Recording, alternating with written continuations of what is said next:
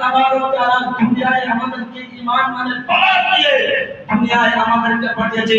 আপনি তো দোকানে বসে আছেন, এখানে তো নামাজ হচ্ছে, ওই 5টা মিনিট যদি আপনি মসজিদে আসেন, আপনার কি কোনো ক্ষতি, আপনার কি কোনো কষ্ট, আপনার কি কোনো ক্ষতি হবে? আপনি বলুন তো, অন্তরে হাত দিয়ে, দিলে হাত দিয়ে বলুন, যেখানে তো আযান হচ্ছে, আজকে যদি বা সমস্ত দোকান আছে, যদি বা এখনই সেনাবাহিনী চলে আসে, পুলিশ চলে আসে, গোলাবাড়ি চলে আসে, আপনি কিন্তু সমস্ত শাটার বন্ধ করে, সমস্ত জায়গাকে ত্যাগ করে আপনি দৌড়াদৌড়ি করবেন।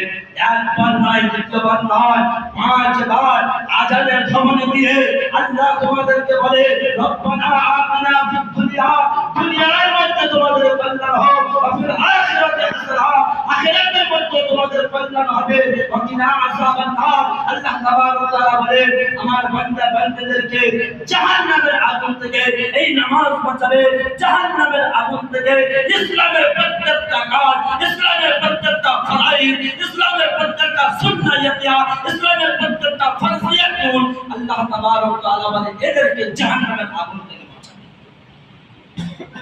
আজকে আমি আপনি তো সচেতন নয়, আমি আপনি সচেতন নয়।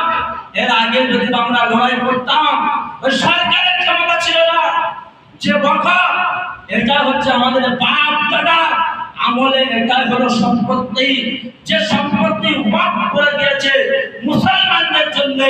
আগামীকাল মুসলমানের বাচ্চারা, আগামীকাল মুসলমানের ছেলে, আগামীকাল মুসলমানের সন্তান, মুসলমানরা কোন রকমের দিক থেকে, নানান দিক থেকে না যেন কোনো কষ্ট পায়, কোন দিক থেকে মসজিদ মাদ্রাসা পর্যন্ত কারোর কাছে না যেন হাত পাততে হয়।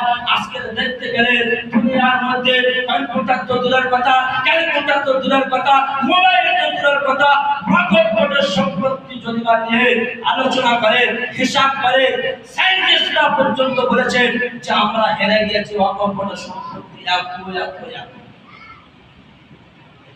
আজকের সেই সম্পত্তি আজকের হিন্দুরা, গরিব মুসলিমরা পূজা হচ্ছে, সেই সম্পত্তি থেকে তারা দিচ্ছে, ব্রাহ্মণদের দিচ্ছে, মন্দিরকে দিচ্ছে, রাম মন্দির পর্যন্ত করে দিয়েছে, সে ওয়াকফের সম্পত্তি দিয়ে দিয়েছে।